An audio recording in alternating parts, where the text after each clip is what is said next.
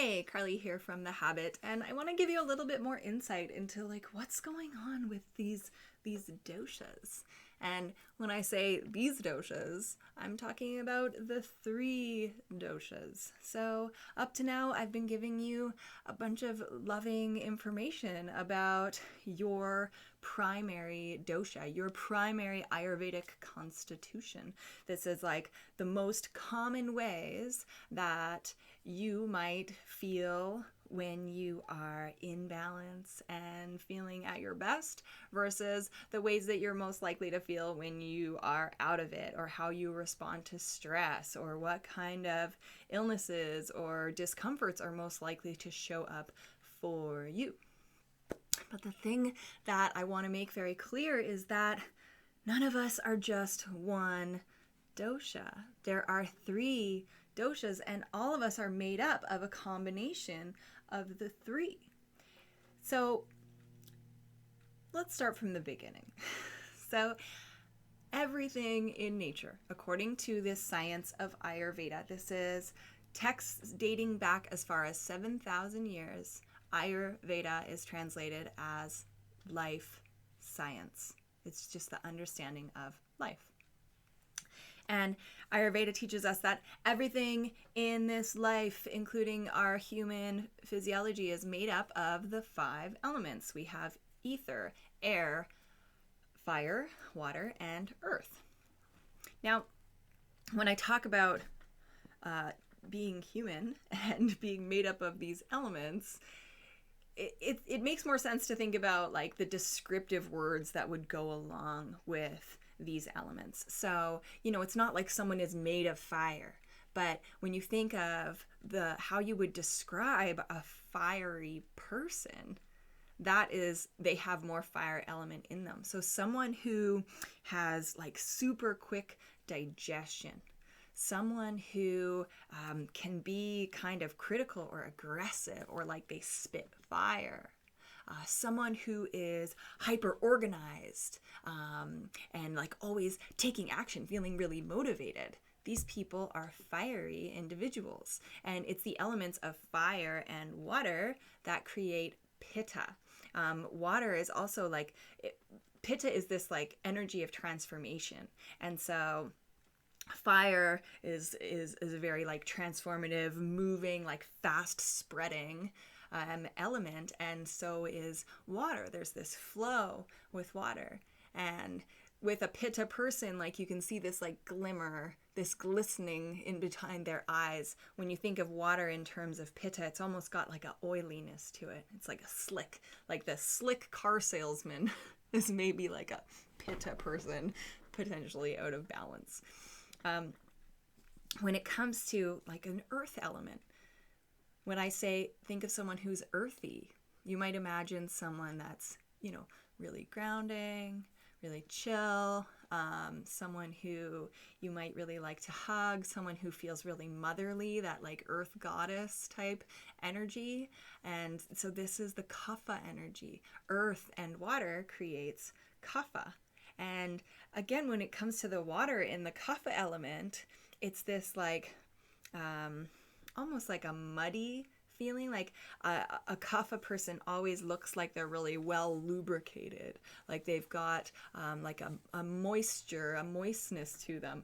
If you sweat profusely, you might have a kapha imbalance. You produce a lot of moisture. If you have like sticky poops or slimy poops, you might have kapha imbalance, or a lot of snot in your nose. There's a lot of like buildup of excess phlegm or like muddiness. When it comes to our earth, the spring is kapha time, and that's when there's a lot of mud on the ground, and people often get these seasonal colds in the spring, and like it's like the earth is flushing out its like congestion. So this is our kapha, our earth, and our water. So you've got someone who's very grounded and very likely to be like kind of go with the flow. And then when kapha out of balance might manifest as feeling stuck in the mud, or feeling really stagnant and unable to move forward, unable to get clear on what it is that they want to accomplish or what their goals are moving forward. And then we have our Vata people, and this is the elements of air and ether. And when you think about someone who's airy, like they're kind of like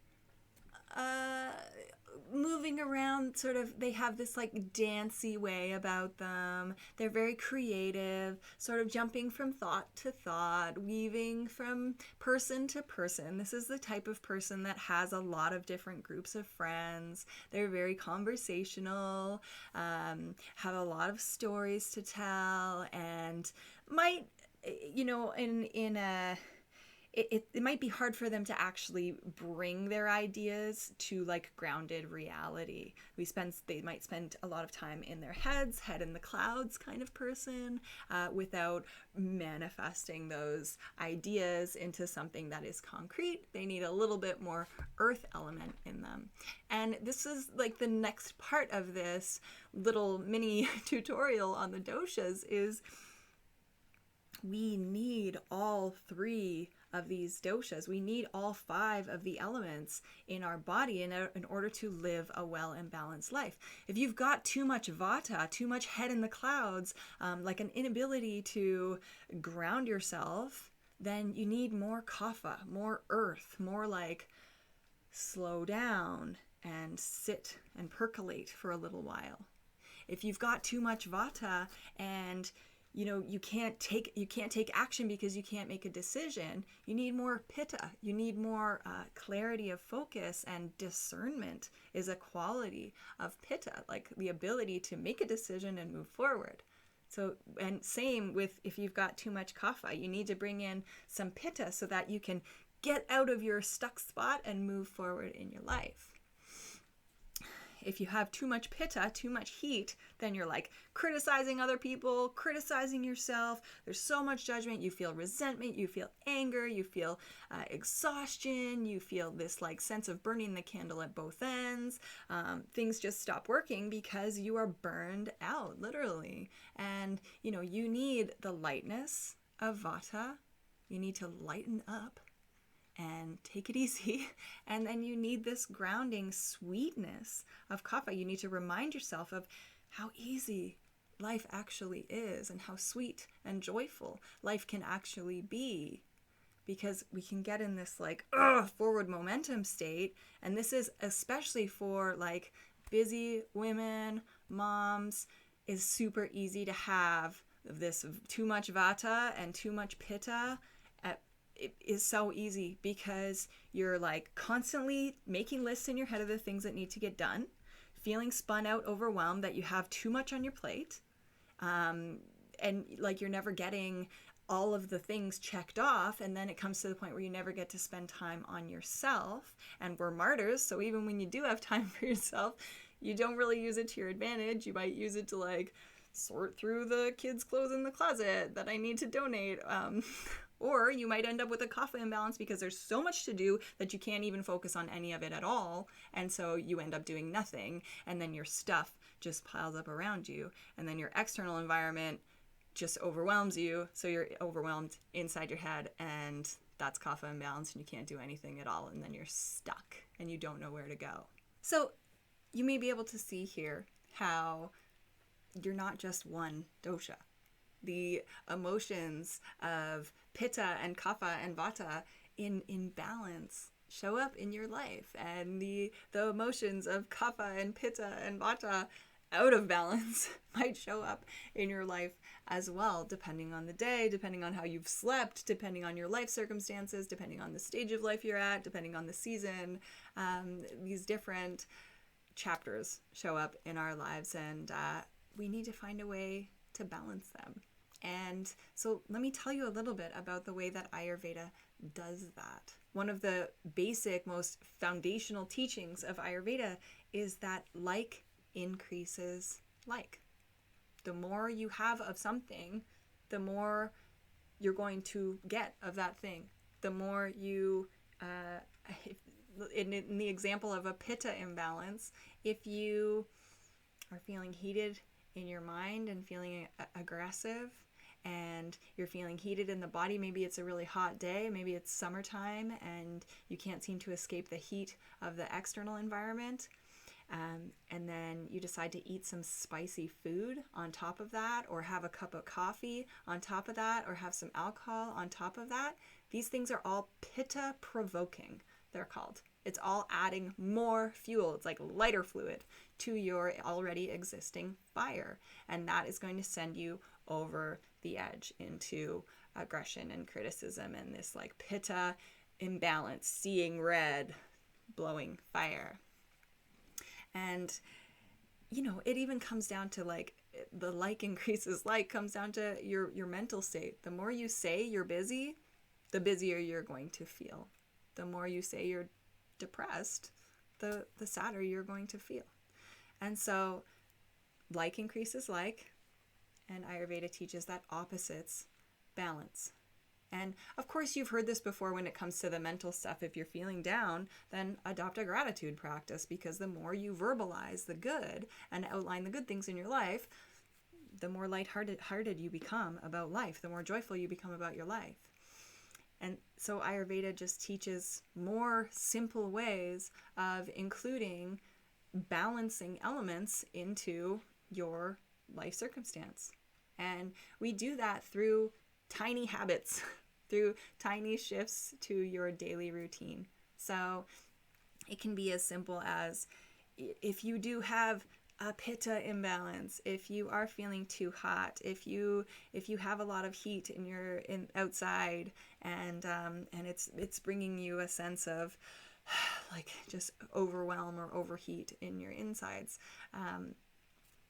you can find something cooling like cucumber or fennel, or even spices like turmeric and cinnamon, mint. Things like this have cooling qualities on your organ system, on your digestive tract. And when you're cooling down your body, it serves to cool down your mind as well. When you are feeling like you're stuck, like you can't get motivated to check off the items on your to-do list, if you're feeling like you've got a kapha imbalance, then you can take a simple action that will jumpstart you into movement. A good thing for a kapha person is just to, adopt the 5-second rule, which is like, I'm not going to give myself a chance to talk myself out of this. I'm going to count backwards from 5, 4, 3, 2, 1, stand up, do 50 jumping jacks. It increases your circulation. It gets more oxygen flowing to your brain. And then you're in a space to make better decisions and start moving forward. And this is what Ayurveda teaches you guys, is just the tiniest little tools to implement into your customized daily routine that just creates a sense of ease and balance in your life. So it's not about completely changing your diet. It's not about exercising 5 to 7 times a week. It's not about changing anything in a big way, because over time we've seen that doesn't really work. Going 100% all or nothing, we have too much of a tendency to have this all or nothing mindset, and then we fall off and get disinterested. The novelty wears off, and all of a sudden we're going and looking for something else. And this has saved me. Ayurveda has saved me from that tendency to be like a serial seeker and always looking for the next best thing. Because every day Ayurveda teaches you something so small that you can just add to your routine, and you start to understand what takes you out of balance and what brings you back in, and just how easy and joyful that experience can be. I hope this added information on the doshas has been beneficial for you, and if it has, I want you to hit reply on that email and let me know what's going good for you, what feels in balance, what feels out of balance. And if you want to put it in words in terms of like how fiery or earthy or watery or airy you feel, and potentially what could we do to bring those things more into balance for you, then let's have that conversation. It's so freaking interesting, and I'd be more than happy to dive in a little bit further to those things with you. I hope you're having an awesome day.